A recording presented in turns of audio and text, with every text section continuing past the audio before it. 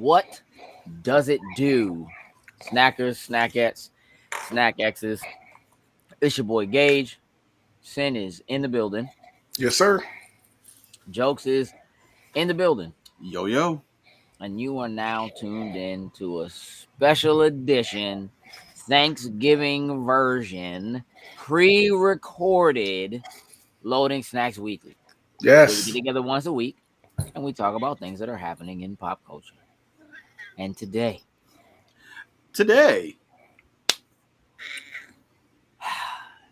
we're gonna talk about our time at AnimeNYC. Somebody's cat's going, oh, I know. Yeah, he's so happy I'm home. Man, Vince. yes. We're gonna talk about the team's time at AnimeNYC. We're gonna talk about our time at Stellar Con. We are going to talk about our reactions to Spider-Man No Way Home, the most recent trailer, One Piece episode 1000, and then let's talk about some things we're thankful for, so we can get out of here. Sounds like a plan, brother. It is a plan. How it goes, anybody's Remains guess. to be seen. Anybody's guess, bro. Listen, let's start with recapping AnimeNYC. So for the first time, the Loading Snacks crew had to split up 2 different states to cover multiple events. We're very thankful to those, as we will be talking about things we're thankful for, to those that allowed us the opportunity to do such a thing. Press badges for AnimeNYC and the invitation to host and do work at Stellar Con. So you two gentlemen went off to Anime Land. That we did. Which I think is a big deal because the last time we went to New York as Loading Snacks, Sin, you did not get to go. No, I did not. Well, that has been rectified away. Yes, So, it has. I'll leave it to y'all. Talk to me. Tell me about AnimeNYC. Sin, I'll let you go first. I'm gonna let you go first. This was, to put it no other way, one hell of an experience for me personally. This is probably the first time in a long time with us doing Loaded Snacks and cover conventions where I was a little bit jealous of the fact I couldn't just be there as a fan, just going around partaking in everything. Like just a little story, like pulling up to the Javits Center. Of course, like I said, never been there. I get off the train, I'm walking. Was not really dressed for that. I know that for next year now, since it's around the same time, but it was cold. That one was not planned. I told Gage, it blew my scarf off around my neck while I was walking to there, and I did not realize it until I got there. Like, it was no joke. Then when I got there, it was lost. But when I got there, the line was around the building pretty much. Like, it was bad. Like, I had to text Jokes like, I don't know what you're doing, but this line ain't no joke out here, and it's freezing. And what's going through my brain off some Loaded Snack stuff? Like, I'm not walked across the street. Walked right to the front, found somebody who's like, "Hey, I'm here for press." Like, oh, walk down, slide in the door. Walk down, go around there. They let you right there. I was like, man, everybody looking at me like, where he going? Deuces. Like, I'm not staying out here. So get in there. They put the check your COVID status, all that stuff. The guy's like, look, just go over there, make a left on that orange carpet. I'm in full Loaded Snacks mode. I'm not paying attention to nothing around me. I'm like, all right, bet, let's get the pass. Let's go. We're hustling. So went down there, got my pass, come back out. I started to look for my scarf. Like, did I drop it? Realized, I lost it before I got in here. So I'm trying to find a seat to wait for them. Then I started paying attention to everything. And like, I can't even lie. Like, it took my breath away, and nothing to any of the cons that we have been to before that we've covered. It's something about going to something this big that has this level of money and backing, I would say, behind it. Like, to be there in that main area and see like the things and the shows that you love, like, on full display for everybody, whether it was the Gundam Universe Center that we walked past Jokes, or they had the dope Attack on Titan set up with the panels from the manga and these massive banners everywhere. Like, I was just sitting there for like 2 hours just taking it all in as people were just flooding into the building. Like, I literally couldn't believe it. Like, just being there, whatever. And then once we did the opening ceremony and everything, and we walk in, there's these massive, massive displays like Crunchyroll and the Demon Slayer one, and what's the popular game that everybody's playing? We was talking about Genshin jokes. Impact. Genshin Impact. Yes, like all the stuff is just everywhere, like all the cars. I'm like, this is different. Like, I just want to kind of fan out right now, but no, gotta reel it in. Let's get to land and let's do other type of stuff. We stopped real quick, did the Blade Runner thing, had to jump in the One Piece line real quick to take the picture to fill up the whole thing. Like, overall, it was a amazing experience for me personally going out there, even doing it as Lotus Snacks. But I would love to just go out there as a fan, stay like the whole 3 days next time, and like really get it in, take it in. Go to some more of the panels, like just taking the whole experience. Now, I learned firsthand about the crowdedness that y'all talked about. Like Friday, the first half, it wasn't too bad, and I think that's mostly because they had issues getting people in and out the building. That was absolutely terrible. So we got to take advantage of that. Go in, get some work.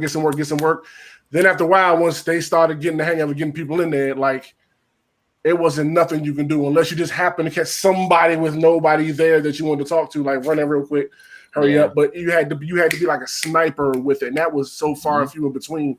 Like, and they had it spaced, I would say, very, very well. As far as COVID and all that kind of stuff, everything was spaced out great, enough room, but it was just so many people it didn't even matter. Yep. Yeah, I would have loved to have been there, even though I heard it was part of my French shit show, to be there for the 1,000th episode to watch it with everybody. But I'll tell you about it.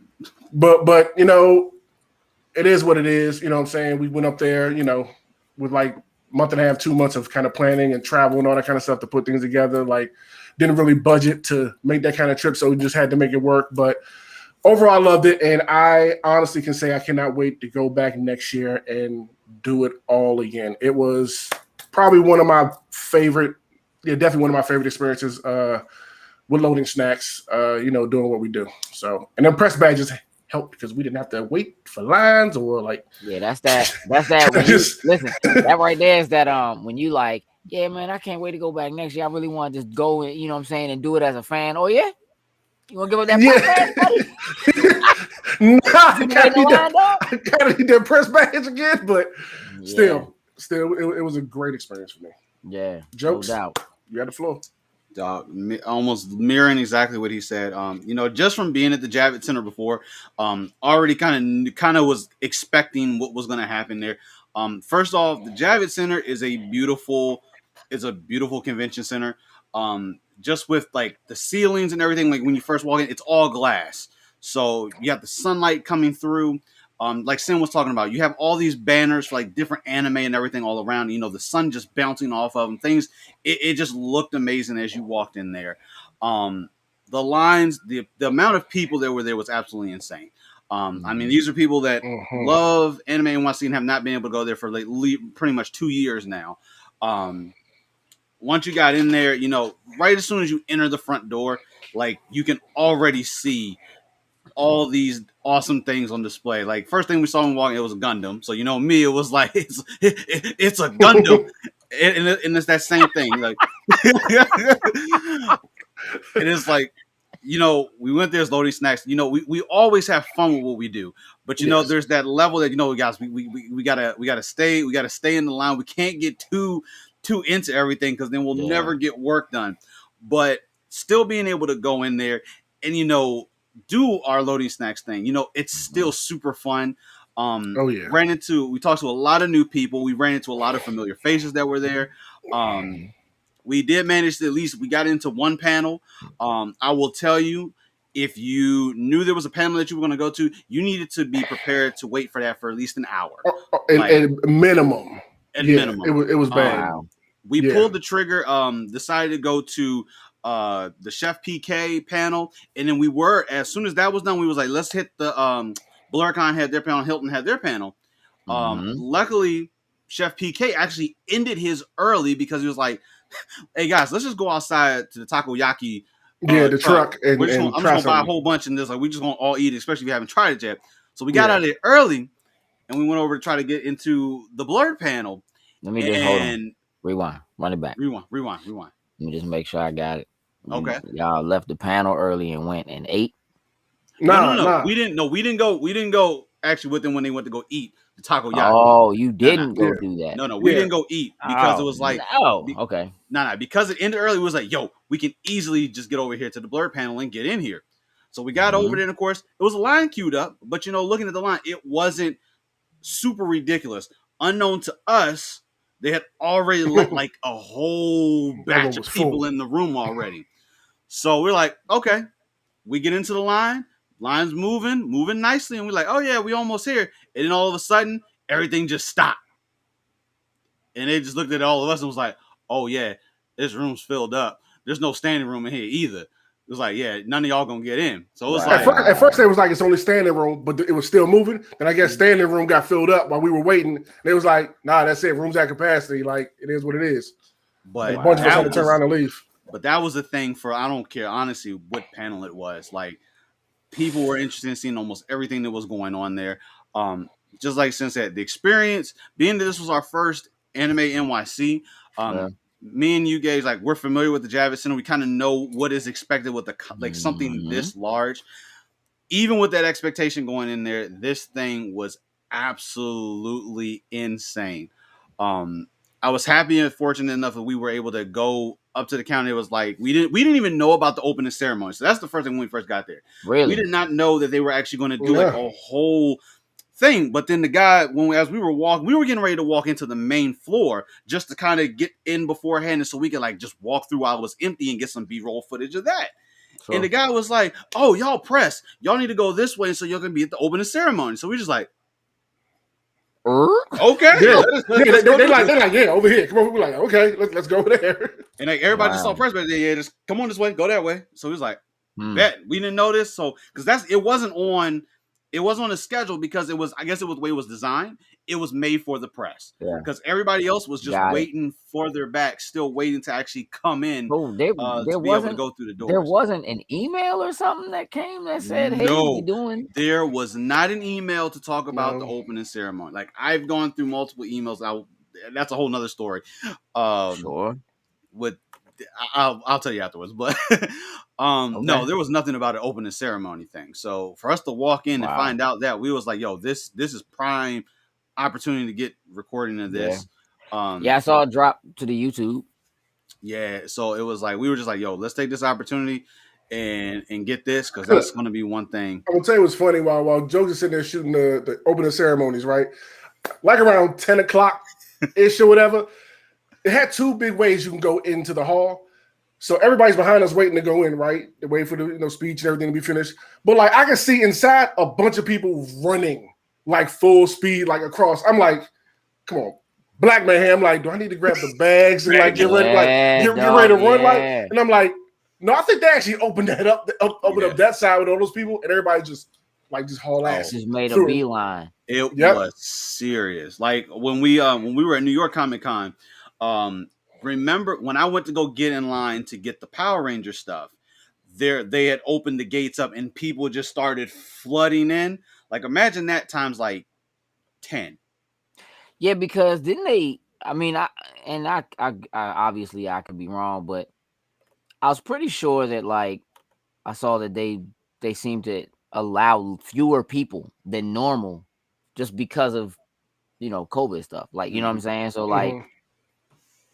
the fact that it was that busy, that One thing I will bananas. say, I do feel bad for the women who were in attendance because their bathroom lines were sickening. Every last one you go to, the lines were just stupid long all day long.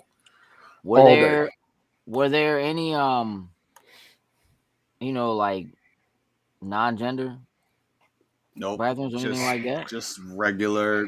Nah, just from what we could see, it was just regular Yeah, men and from what I women. can say, yeah, just men and women. I didn't even see any of like the and it could just be the areas we were going to, like, like family restrooms, like in case you had the kid, like the baby or whatnot. Like, I didn't see like any of those, and that could have just been the parts of the convention center we were in. Maybe we Yeah. just missed it or whatnot ever. But for the most part, main con floor, it was just your normal men's and women's Yeah. restrooms you could get into. Yeah, it was bad. It was real bad. I wonder if But that did it. I mean, did it seem like there was just like a lot of people in cosplay? Was it maybe just like trying to get in and out of A mix. cosplay? It was just Mix. like, It nah, was just a man, mix. just Yeah, just a straight up mix. mm, Yeah, didn't even matter. mm. But overall, though, like That's it was amazing. Like I was happy for Sin to be able to come in and just experience something this large, like it, and especially Hey, with look. anime. Hey, look. When I walked in, I started seeing the banners. I'm like, oh, I see Sword Art. I'm like, oh, Sword Art. That's my thing. And I turned, I see Luffy and Kaido. I'm like, oh, I'm here. Oh, I'm here. Let's right, go. right. Mm, Yeah, man, that's but no, dope. great. I'm glad you all had a great time. I'm glad you got to go do the thing. Like, again, like I love and respect anime. I'm not into it like y'all are, and so I'm glad that the two of you got to really go and experience it. That Sin kind of had the opportunity to make up for NYCC a couple of years ago. You know what I mean, or whatever, and kind of feel what it was that we were talking about when Hmm. we were down there. Um, yeah, man. And I I know mean, look, whoever's watching this right now is going to ask the question: did I spend money? Yes, I did, but I behaved for the He most part. he behaved. It I wasn't. behaved for the most part. There was one thing he wanted to get. There was some neon. Like, we did an interview with the company that made these dope like V1 neon V1 Tech. V1 Tech that like made these awesome neon like sheet metal wall art type of things. And my man Sin was ready to pull the trigger like on like five of them Jones. Yep. Till you ask the price, I'm like, all right, I can get this online, so I'm gonna just order these at another time because I gotta get this stuff on the train if I buy them now. Yeah, Like this is we'll wait later, it was but a I'm lot to definitely carry. but that's definitely a purchase in the near future, definitely. I dig it. I dig it. That y'all shot an interview with them. Yep. Yep, my first one. That was the Nice. first one that I Sin I, did. I saw the table. I was like, "Oh, that's nice." Hey, want to do an interview? You know how we do. Mm-hmm. That John was literally right across. Like the first one we did was I interviewed New Japan Pro Wrestling for the new mobile game that they had, and as soon as we Oh, finished, really? we turned right. My man Sin just saw this and said, "Hey, we gotta go right there." Like that was like maybe all of a 10-second window from us walking away from the New Japan booth, him seeing that, and we walked straight to that. Oh, yeah, because Joke saw that new Japan booth and made a beeline. Because He ain't I was wasting no hoping, time. I was hoping maybe because I know Jay White was going to be there. He was going to be at the booth possibly, and then to be able to shoot an interview with him involved with it. But either way, when we got there and I found out I had the executive producer of the game there, I was like, oh, this has to go down. Yeah. I'm like, that's the best one. That's the best person that we could talk to probably Mm-hmm. about everything for it. So that was solid. That's what's up, man. Yeah. Yeah, man. Like I said, I'm glad y'all had a chance to go down there and enjoy yourself, see some really, really great stuff. I'm looking forward to seeing all of what hasn't already been posted. And just hearing more in-depth stories. I know y'all got stories to tell that ain't for everybody. I'm these my ears. What I'm saying. I know y'all do. I know y'all do. Um so let me talk about StellarCon. Yeah. Dig it. So um this is actually the second StellarCon, which, oddly enough, the first one was also this year.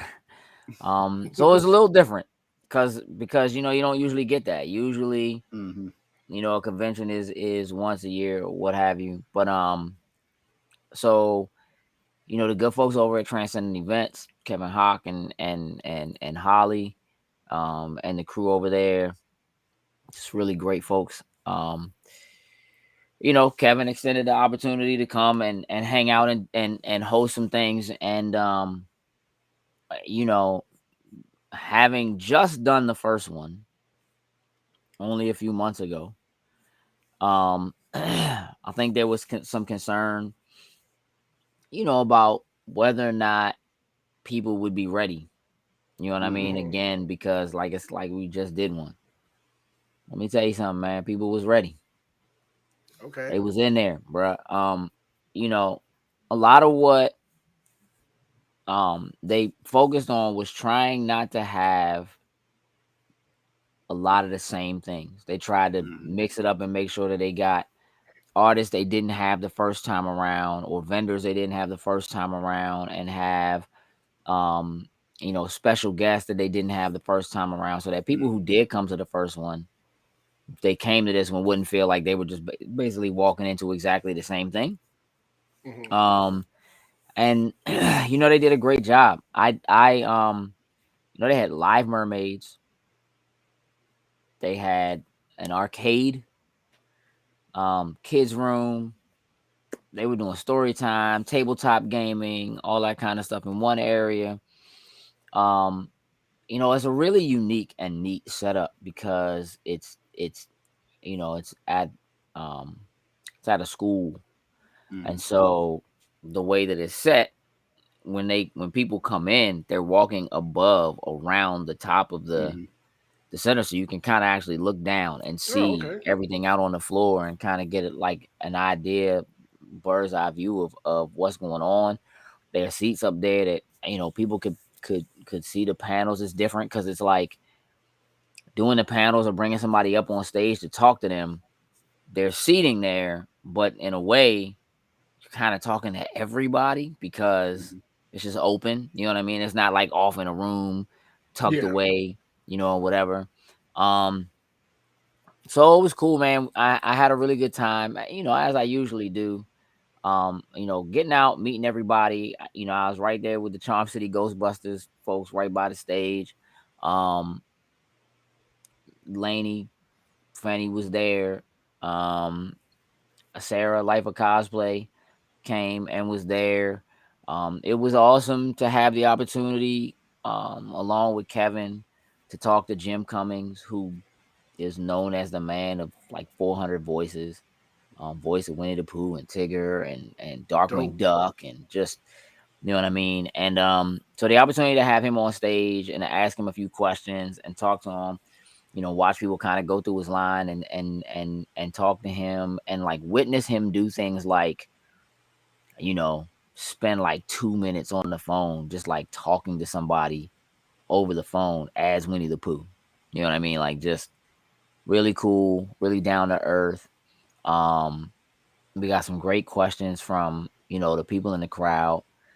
I'm gonna show y'all a couple of pictures, some folks. I had a chance to bring some folks up on stage. A photo from one of the guys, Mm. but this gentleman here, his name is Mike. He has a company called SAS and Sculptures, and so these predator heads, he doesn't actually make the predator heads. He does the different designs. So like the Darth Maul one that's in the center there Mhm. is Okay. one. And he said most of what people actually order from him are just like regular ones, but they'll do these, special commissioned ones and stuff like that. Yeah. He also made this dope like Edgar Allan Poe um like like a statue that they use to do Edgar Allan Poe. Like they do like a parade for like his funeral, like every like for on the like anniversary of his death or whatever, every year. Um, and he was like, yeah, yeah, yeah. He brought it up on stage and was like, yeah, you can check it out, look at it. It's and he said, yeah, it feels like real skin. I was like, I'm not touching that.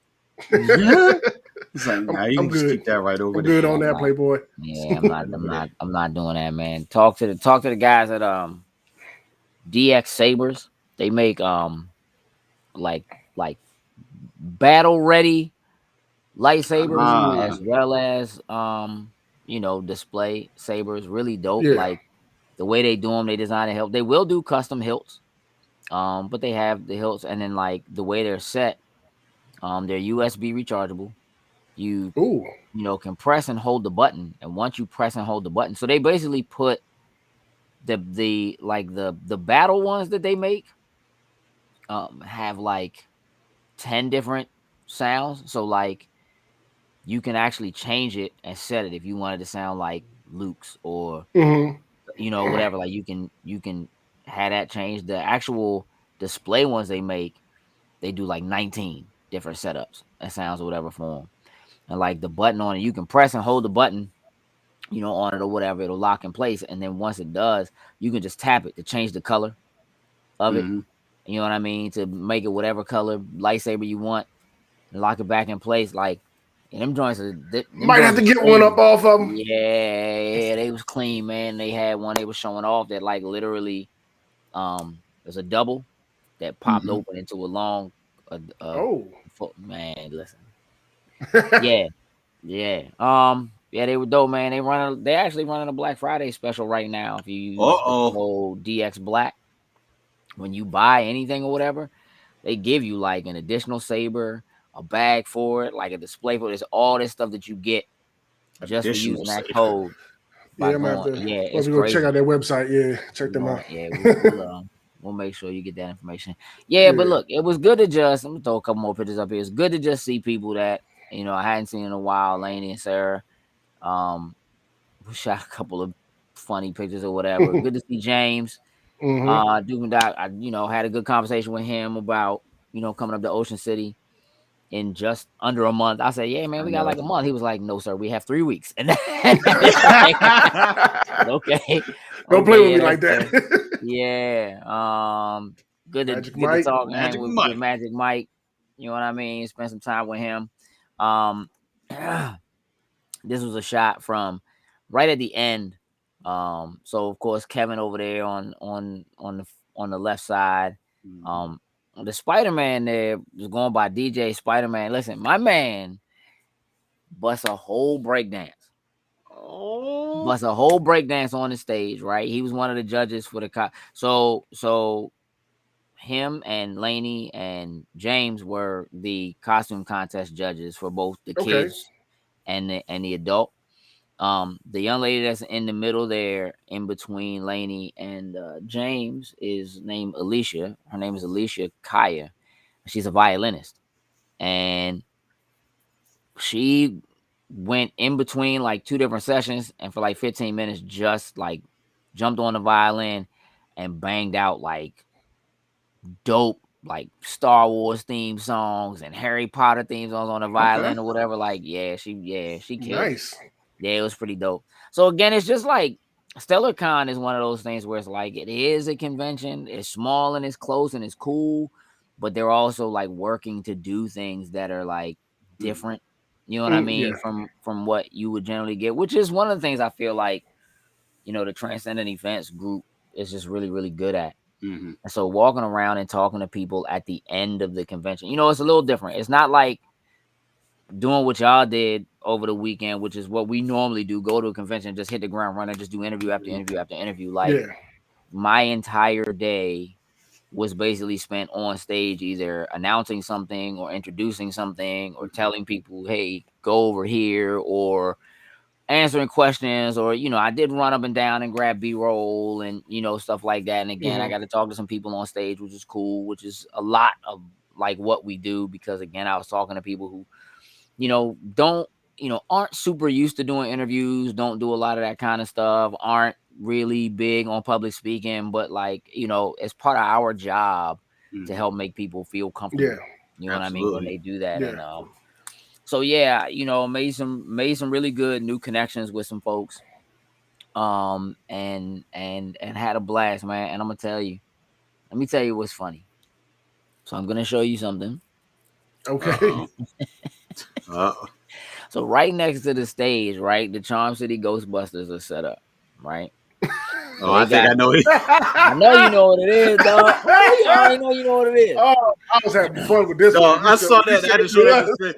I don't even remember where we were in the middle of something, and it popped up in my feed. And I was just like, "Hey, Sin, do you see this?" Yeah, I had to say something about. I had to say something about that. No, Slimer should not be that thick, dog. I am sorry. That's 3 C's. Slimer's thick, bro. I don't understand. Slimer should not have an ass like that. I think we were in the panel. when that popped up. No one, because I was going off.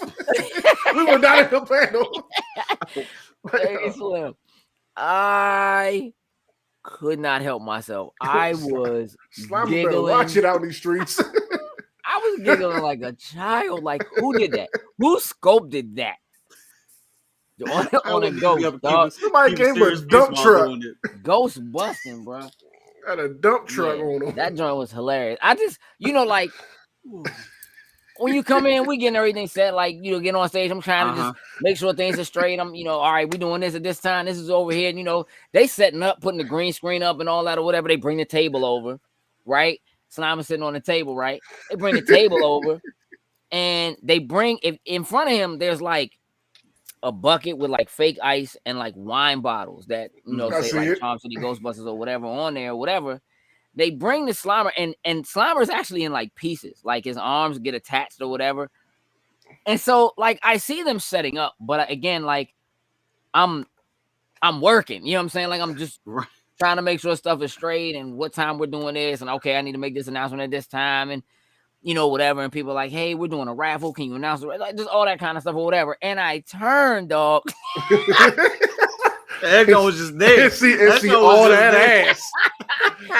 I jokes. Like, here's the thing, my Bill, God.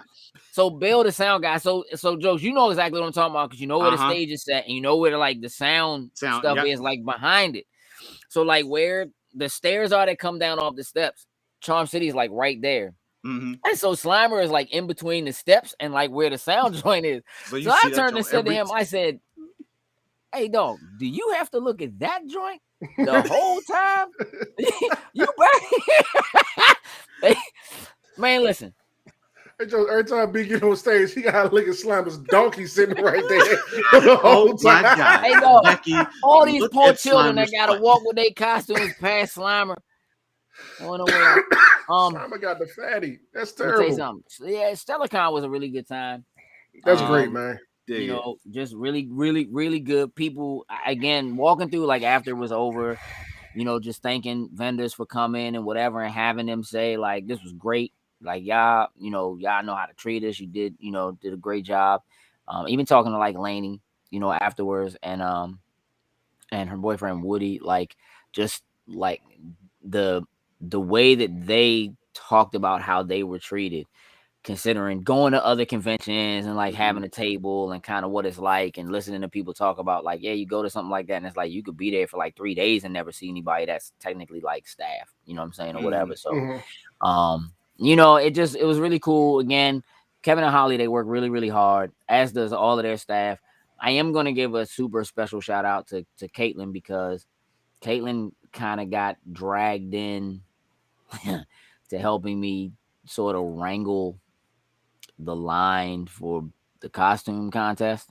So it just kind of happened. I was like, hey, listen, I need a people to I need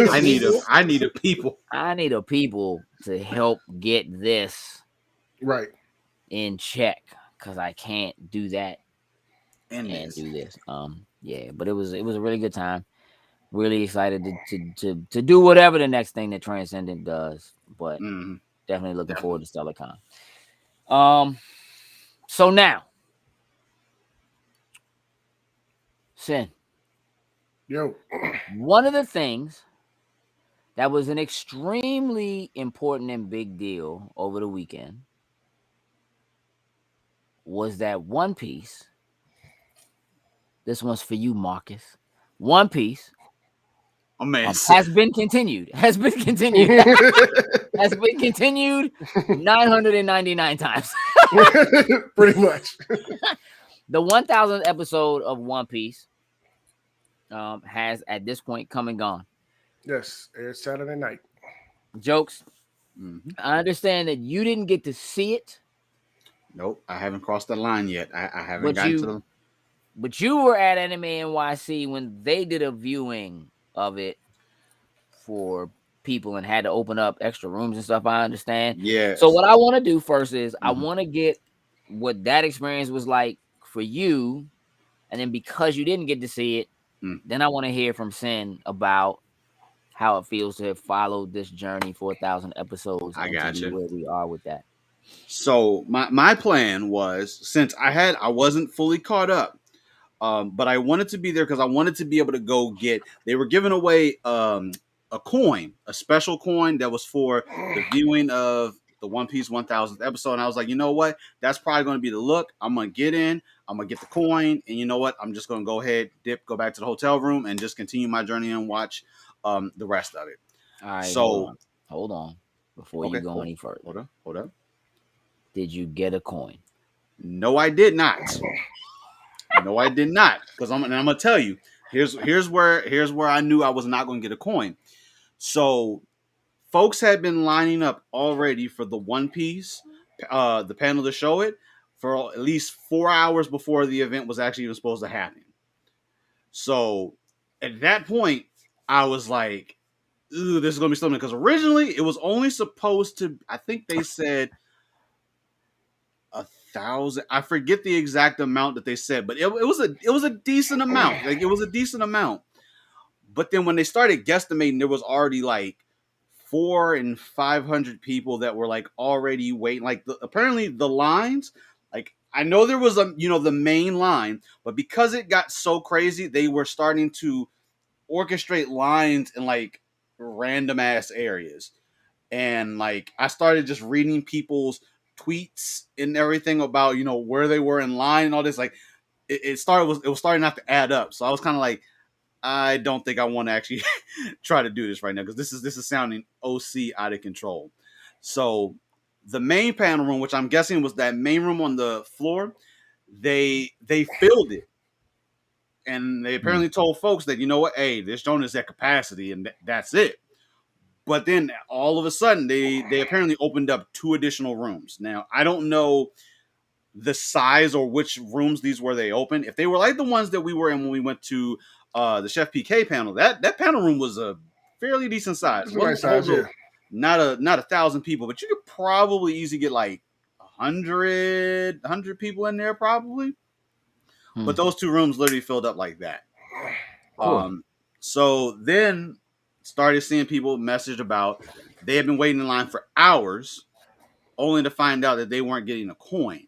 So I was like, oh, great. So I made the right decision to probably not stand in line. So good side of it, I'm like, the hype for this 1,000 episode was there in full effect. I will tell you, but I don't think they were quite anticipating the huge turnout for what it was going to be. How many people wanted to be there and see it? Yeah, absolutely. Like there was stuff actually going on in New York City for one. Like there was a mural for the 1,000 episode that was actually over in Brooklyn. So we didn't know originally where it was because as soon as we saw it was happening, we could go take a picture from it. We was like, yo, we're gonna make this trek and find it. Right. And then we found out the location of it. It literally was almost an hour away from the Javits Center. And it was like, oh no. Nope. That's not happening. Nope. That joint was literally almost an hour away.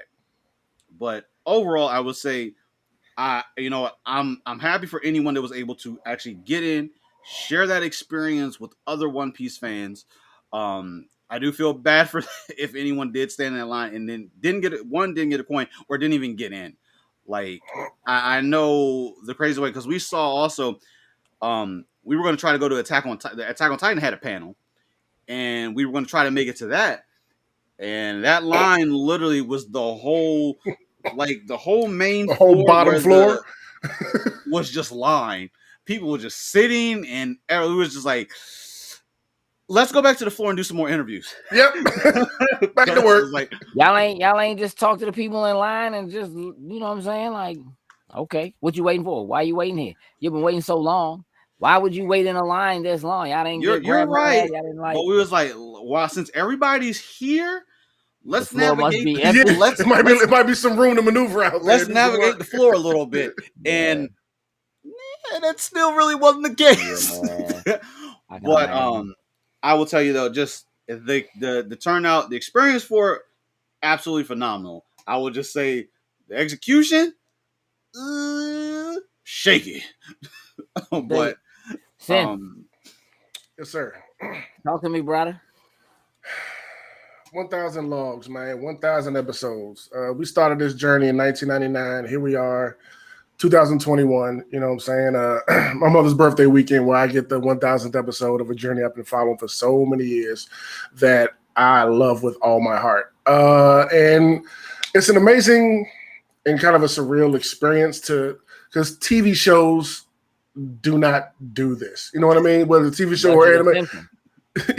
Yeah, it's very rare that, you get something that goes this long and lasts that long. That just shows the type of, fanfare and appreciation that people have for One Piece. not just in Japan, but just across the world in general. So it was honestly an amazing episode. I thought it was very, very well done without trying to spoil too much for jokes to people out there who may not have seen the 1000th episode yet. But it's a great balance of keeping the story going from where we're at, pushing it forward, but celebrating that 1000th landmark. You know what I'm saying? Like from the opening sequence, going all the way back to the first episode, that first intro with We Are and having that theme song playing, but having reanimated with what's going on right now, like frame by frame, was amazing. Even the when they cut to the commercial break, they brought back the very first eye catcher, but instead of the Going Merry in the background, it's the Sunny and all the straw hats are there instead of like the original 5. Like it was just great overall. And I will say the second half of the episode is where you're gonna get emotional at. Just memories, reliving. Okay. That they do a great. Yeah, it's like that first half is like, let's push the story along, and then they do it in the second half, but they're also celebrating the 1000. You know what I'm saying? Highlighting the straw hats, a little bit of what they've been through. You know what I'm saying? They did it in a really, really good way. And yes, they cranked up the production value on it. You know they did for 1000. Like it just was a beautiful episode and a beautiful tribute to 1000 episodes, I personally think, all the way up until it goes off and you get that to be continued, you know what I'm saying, on the screen. Like it's great. The music, everything. They give you everything you're looking for as a fan in this episode to get hyped for the continuation of it. So shout out to Oda. Shout out to everybody behind it. Shout out for AnimeNYC to try to pull that off. You know what I'm saying? I wasn't able to be there, but, whoever got to see it live with everybody, hope it was a great time. I did record a reaction to it, so I got to do some editing with that. Yeah, I got to do a little editing with that. Yeah, but you're doing that one because I am not spoiling it. No. It's all good. It's all good. But no, it was honestly a really, really good tribute episode. Yeah. To try to cram in that, that 23 minutes. You know what I mean? It was it was solid. Really solid. Loved it. Yeah, bro, Ham. I dig it. Again, major thing to get to Absolutely that kind of a milestone. it just doesn't happen, bro. You know what I No, mean? it doesn't. It's just not a thing. So It shows, the power of One Piece. It's a great show. Can't say it enough. all right, man. Let's get ready to do this because this is what everybody else has been waiting for. Throw this thing in here. And then let's just swap some things out. And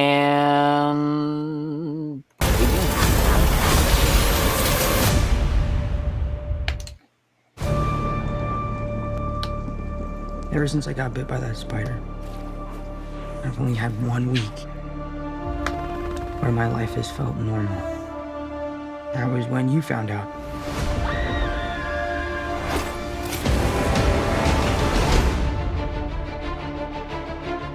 When you botched that spell where you wanted everyone to forget that Peter Parker's Spider-Man, we started getting some visitors. From every universe.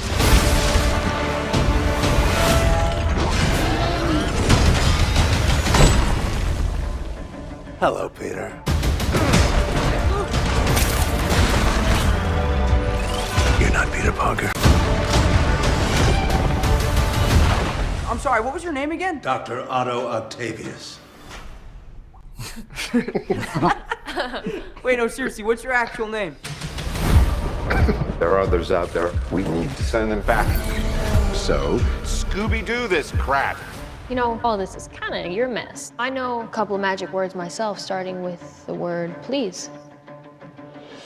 Please, Scooby-Doo this crap.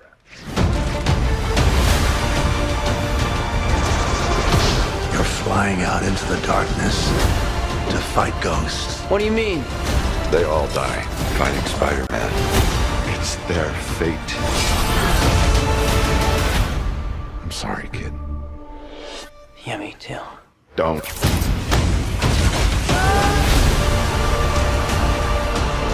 Look, there has to be another way. There isn't. They're a danger to our universe. You're not gonna take this away from me. Peter. You're struggling to have everything you want, while the world tries to make you choose. This is all my fault. I can't save everyone.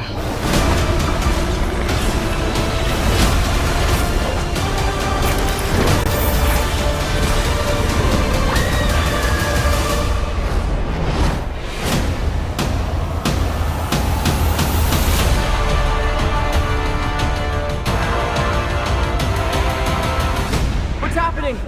They're starting to come through, and I can't stop them. December 17th, exclusively at movie theaters. Tickets on sale November 29th. Spider Monday.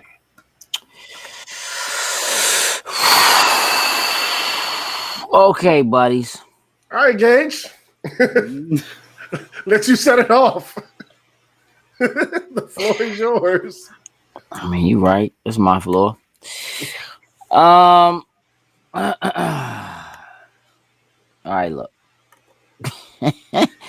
This Joan is clearly fake. Look,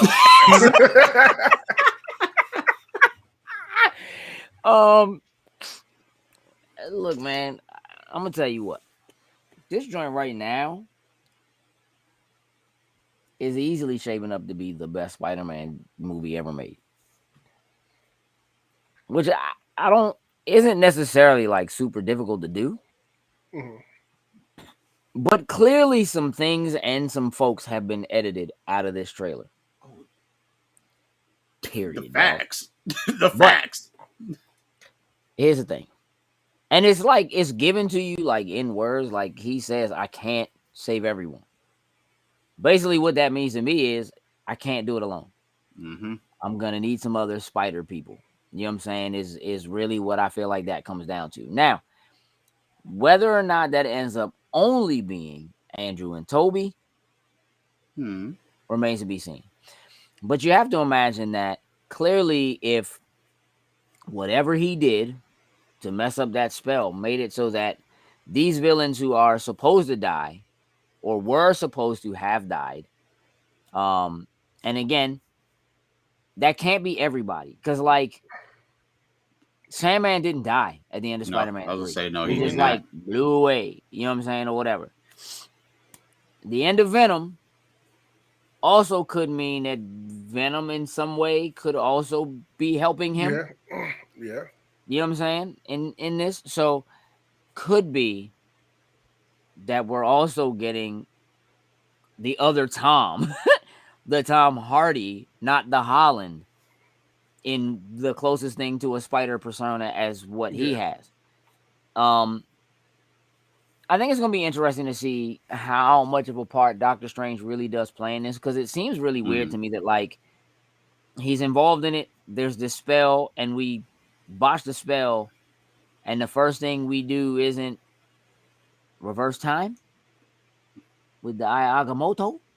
Okay. We're not gonna do that. This is not right. I mean, We don't. technically, doesn't he not have it? Who has it? No, because technically, from their time, it would be destroyed. Oh yeah, I guess so.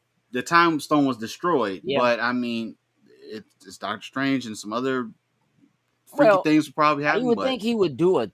Well, all right, hold on. We are talking about a world where in the first trailer, Wong says to him, don't do the spell. Don't you cast that spell. Right? And now, at that point, I was like, all right, so he cast a spell just because, Wong been telling him, don't do this, don't do that.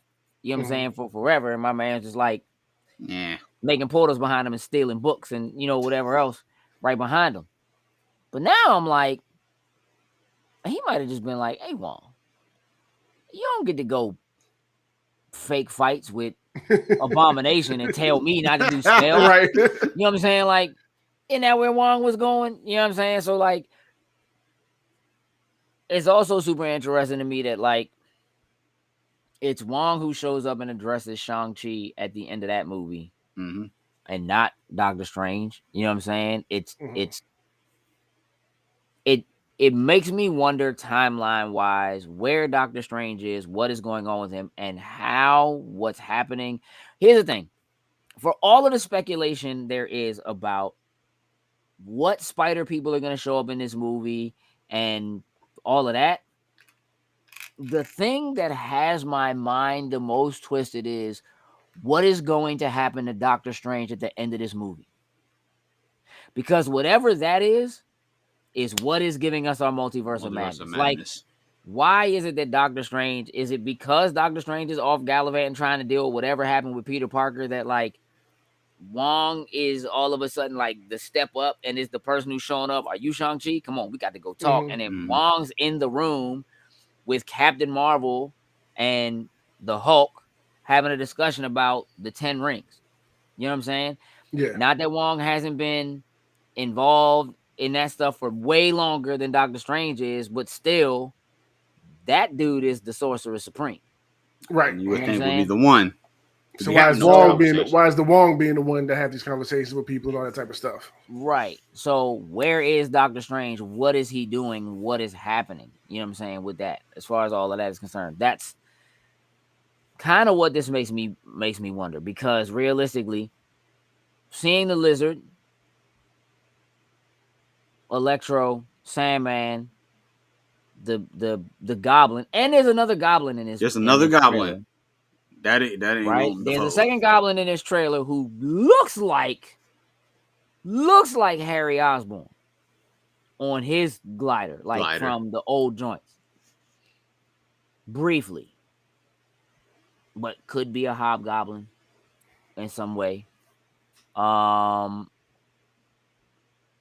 do have questions about why MJ. All right, first of all, they put a giant Captain America shield on the Statue of Liberty. Let's just overkill, little overkill. I've had almost enough of you, America.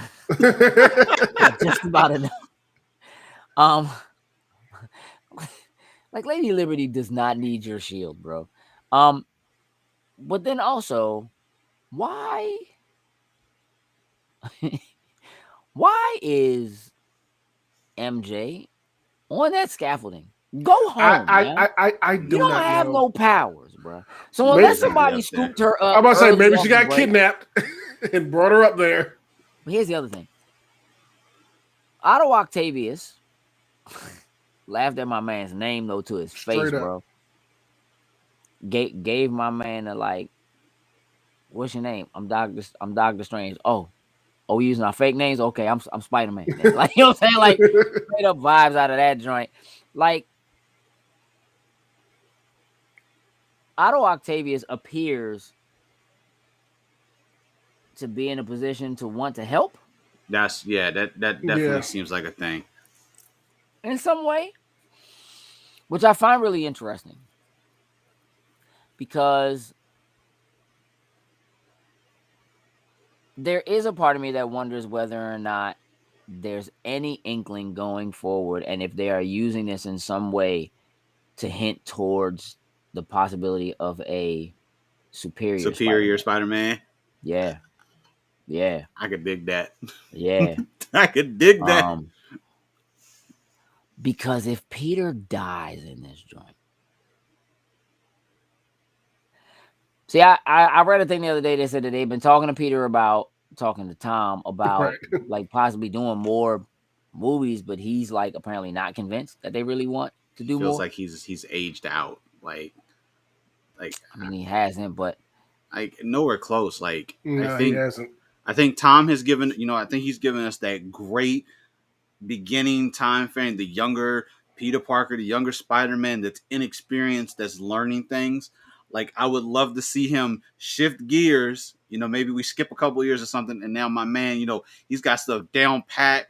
He knows how to do things a certain way. Like, he definitely is not aged out, and he has the room to move into that role. I'm all for still doing the Miles Morales Spider-Man. Yeah, I mean, you got to remember that for him, this is like only like his third year as Spider-Man. Even though there's a 5-year gap, right? So he hasn't been at it for very long, and he still doesn't know a lot. You know what I mean? And to be public enemy number one, man, like seeing J. Jonah Jameson, man, like Hey, that was so now the question is, it would appear they basically have their Sinister Six. So the question is that other Green Goblin that's or six. Goblin on the glider, is that a Hobgoblin? Is that our sixth person? Are we gonna get Kingpin or something like that in some way? Do we actually see Rhino or Scorpion? Because We know I Rhino mean, showed up in one of them in the so Amazing did Spider-Man. Scorpion. Yeah, yeah. So Both does of them. Scorpion. So remains to be seen who is it Venom in some way from a different universe where Universe. things were different. The The only black one suit that he that's has, the speculation on that is that apparently, like when you really look at it in depth, you can see like circuitry and like wiring on it. So for some reason, people seem to be under the impression that that is his regular suit but turned inside out because of like the circuitry and stuff that you can see on Okay. it. That's what I don't know. I have to imagine though. I'm going to imagine that it probably more than anything has something to do with him having a suit that's designed to help him deal with Electro in some way. That's more so what I was thinking. Yeah, especially from this new trailer. Yeah. Just seeing where it was. Obviously, he's fighting Electro at the time. That just kind of makes the most sense to me right now. Yeah, but also we don't really have an explanation as to how and why he's able to use The magic ring thing magic. that Which Doctor is Strange like, does. all right, so you just been studying, the mystic arts. you know what I'm saying? Like what did I don't know what that green box is that he steals from Strange. Tries to Strange, steal but from Strange. Like I I have a feeling I have a feeling he actually does end up with it, but not that long. no, I mean, no, I think he does end up with it though. That's what I'm saying. Like, but who knows what it actually means? Like when he does yank him and knock him, I would imagine that scene where he's making the train like go all the way around him, he's still kind of in that like, let me just kind of show you some things. Like, let me try to explain to you this actual multiverse thing. I mean, again, Peter was the first person to even say anything about a multiverse, technically. And so at the end when they're on the Statue of Liberty and all those other lines are coming in, he's like, it's coming and I can't control it. Like I can't stop them, you know what I'm saying, from coming. So the question is, where are they coming from? Right? Are they just come? Because it really is only two other timelines, technically. Like for it to be like, there would be the Andrew timeline and there would be the Toby timeline. So like he's making it seem like it's much more overwhelming than that, which to me means that maybe just maybe we're getting other Spider-Man / possibly other villains from other places, and that multiverse of madness is a thing that is going to be a driving force behind where this is having coming to from. be. Yeah. Because I look at, for me personally, like, I feel like the versions that we're getting of like Green Goblin, Electro, and all of them, like I feel like they are not the versions that we are familiar with from the pre-existing movies. Well, here's the thing. If you look at the trailer, there are scenes in there where like Dr. Octopus, like his tentacles are a different color. They're like green and they're like red and black. Like the first joints that we see of him when he first attacks him in the street, they're regular. After that, they're red and black. That honestly, I think he actually either one or two things. Either he gets a hold of the Iron Spider suit because it almost it looks like Tony Tech. Yeah, it looks like the nanobots or nanomachines are like taking over and like he getting the upgrade. Yeah, well, I think part of what could be happening that has him possibly trying to help Peter is that if you remember in Spider-Man 2, part of what makes Dr. Octopus like turn is that the piece that he attaches to his back that has the arms attaches to like his brainstem and it goes like haywire. And that caused the issue with him. So the question is, are the nanobots like actually healing him? Like, are they fixing it? You know what I'm saying? And then doing something to that, so that's making him like not be so like maniacal or whatever. And so he's like, yeah, like this is what's going on. And I feel like if I had to wager, and I don't, But if I had to wager, Peter does not catch MJ. Octavius does. I would say somebody else does. Yeah. Or one of the Or one of the there's other one of the, Spider-Man. yeah, like Andrew is not going to let another youngin. I was about to say, yeah, No. she's not going to fall to her death in this one. It's not going to happen. Somebody, multiple people gonna catch her. Multiple people gonna go. That would be funny if multiple Spider-Man did it. She could, but because the timeline is screwy, any number of things could happen to undo it. Mm-hmm. You know, who knows? But I'm looking I will forward tell to you it. this. This movie right now is the most interesting, like just from the trailers for what's going on and the significance of it. This right now stems to be the most important movie of everything the MCU has done. Period. It's all in this. Yeah, this movie right now appears to be the linchpin. Everything going forward, the multiverse, the introduction of it, what happens with Doctor Strange, how that ties to Scarlet Witch, and everything else that comes. For all we know, this is the real big first step to introducing like multiverse. You know what I'm saying? For all Tapping we into know, people. yeah, Just look like at the right now, the keep in combination. mind that we're having a fight, right, in a Spider-Man movie that opens up the multiverse on the Statue of Liberty. Where was the final fight in the first X-Men movie? Talk to me. Just say it for me. Oh, Statue of Liberty.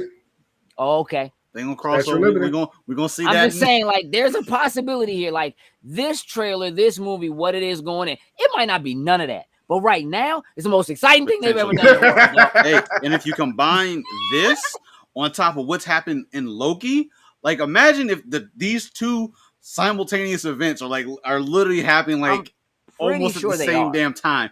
It's breaking everything. I'm pretty sure they Doctor are. Strange thinking he's trying to fix his issue that Pete and him have caused. Loki's thing probably has happened and is now fueling this as well too at the same time. Well, here's the other thing. I remember seeing something. I remember seeing like people speculating that part of the reason why you were seeing Wong instead of seeing Doctor Strange was because Doctor Strange was off trying to go deal with whatever it is that the Scarlet Witch kicked off. You know what I'm saying? Okay. Or that the reason why he didn't show up immediately to go deal with what she was doing because of what Peter had popping right a rack of miles down the road from Jersey. You know what I'm saying? Or whatever, right? And so remember we talked about how at the end of WandaVision, they updated that last scene to make it look like him or somebody was coming towards her cabin. You know what I'm saying? At the end of the joint. Again, supposedly Doctor Strange. So it could be. This movie right here is the linchpin. Like, this is the joint that's like, all right. Multiverse. We about to let's find go. out. Yeah. We about to find out. And the other thing about it is, it's significant because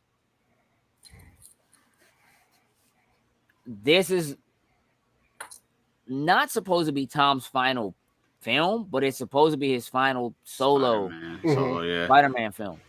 So what happens with the franchise? What happens with Spider-Man going forward in terms of what Sony can do with the license that they still have the rights to? Mm-hmm. You know what I'm saying? You know, we know that they're putting things in place with Morbius and other stuff like that, and that's supposed to be tied in some way, you know, whatever, right? But like, obviously they want to tie Venom in.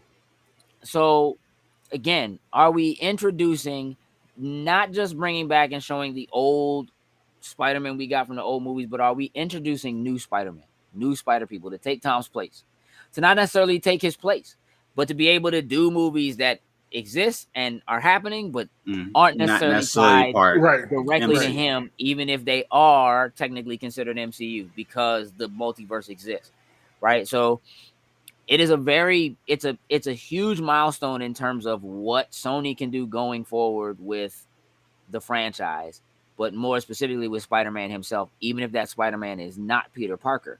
At the same time, it also proves that there can be another Peter Parker that ain't Tom Holland. Yep. Mm-hmm. They could just bring somebody else in and be like, nah, this the Peter from Earth. 417. You know what I'm saying? Yeah. Hey, for all we know, Sam Raimi didn't come back in. Part of that kind of grid is like, hey, look, you're gonna do Multiverse of Madness, but hey, maybe we'll give you Spider-Man 4 somehow. Yeah, no, we're not doing that. We good on that. We good. Sam Raimi is out, dog. You don't want Ghost. dancing? You don't want Yeah. dancing, Pete? So look, let's wrap this up. I don't mind Dancing Pete, actually. There we go. Here's what I want to do. Let's just go around the horn real quick. We're going into a holiday. You know, it's Thanksgiving here in the U.S., and there's a lot happening here. There's a lot happening here. Still, there are things to be thankful for. So I just kind of want to go around the horn, give everybody the opportunity to just kind of say something, anything they might be thankful for.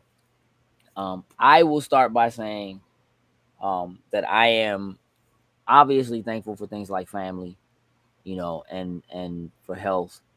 I'm certainly thankful for Loading Snacks and this community and what we've been able to build and the work we've been able to do. You guys. But mostly, man, I'm just thankful for life. You know what I'm saying? Just because it's for a mindset that allows me to be more positive outwardly than negative, you know what I'm saying, on the inset. And that seems to affect other people. And that's just really important to me. So yeah, gentlemen. I'll go next. I am, of course, thankful for family, friends, all that stuff, 100%.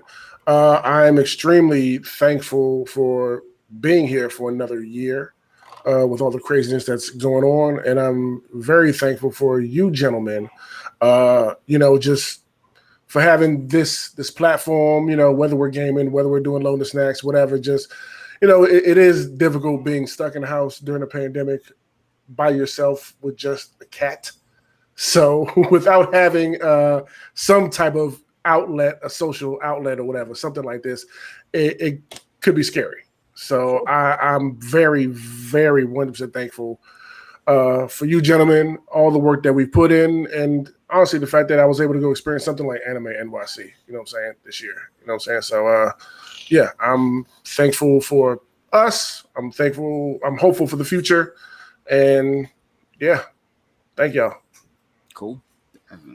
I mean, honestly, what you guys have said is not far from what I would say too. You know, family is always that number one piece that I feel like anybody in the world is thankful for having.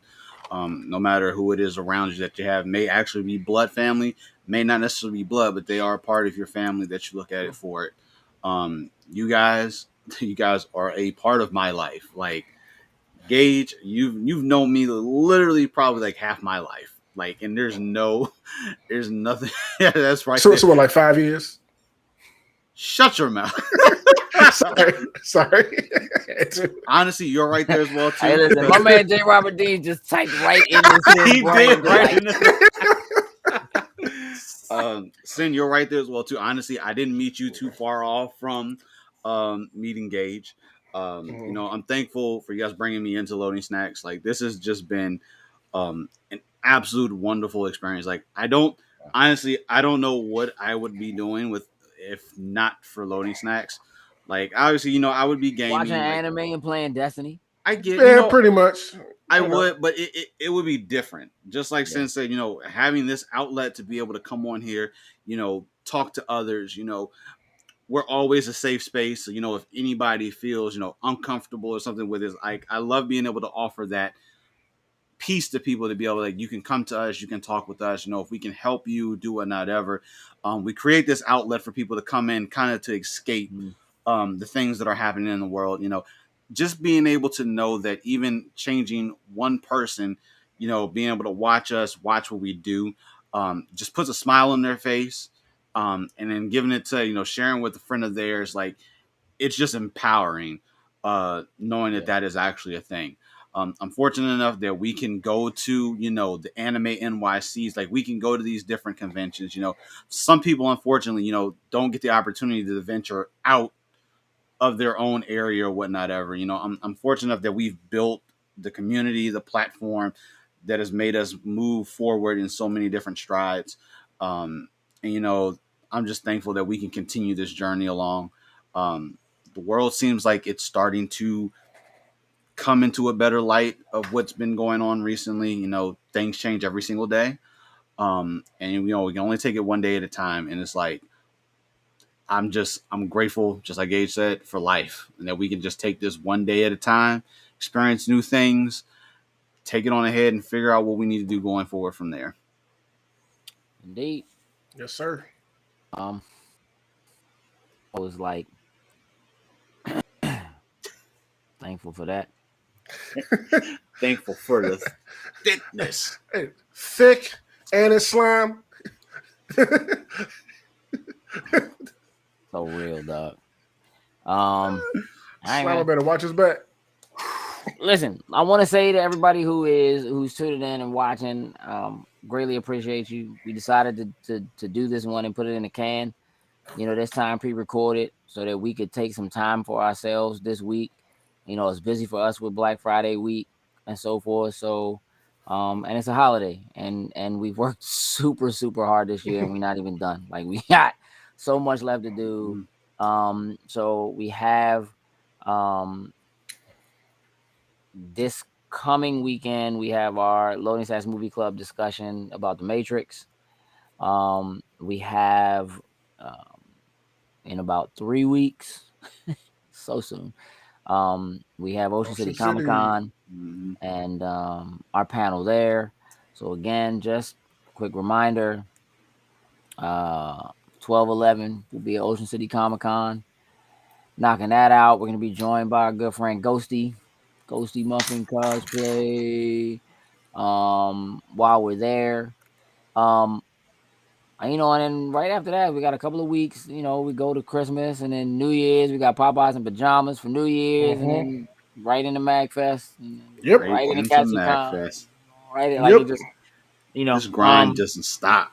Yeah, No, it not at doesn't. all. And No, it again, doesn't. we have some major things that we're planning and working on, making some adjustments. So we're staying super busy, and so we could use this week for ourselves. It's gonna be a little crazy. You all already know what to do. I'm not real worried about jokes putting up the link tree, but you guys know the link tree. If you're watching now, you're already following us. So we'd certainly appreciate it if you follow us everywhere. We would certainly appreciate it if you hit the like button. That really does help us. You guys leave comments and chat. That does help us. It helps the algorithm aggregate to put it in front of more people. Sen, you do have a job to do though. Sure. So let's shout out our top tier patrons before we get out of here, starting with Marcus Houston, Anthony Cunningham, Susan Dorch, and Tyrone Carson. Thank you very much. We truly appreciate it. Hey, Ty, man, I'll have no idea if you was late to this joint. I'm going to say smart money's on yes. I'm going to check the chat. Either way, I'm going to be in that chat to take a look. Say yes. I'm just going to assume. Okay.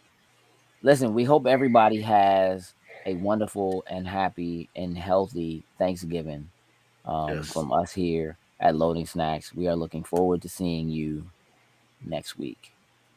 Absolutely. Toodles and loose.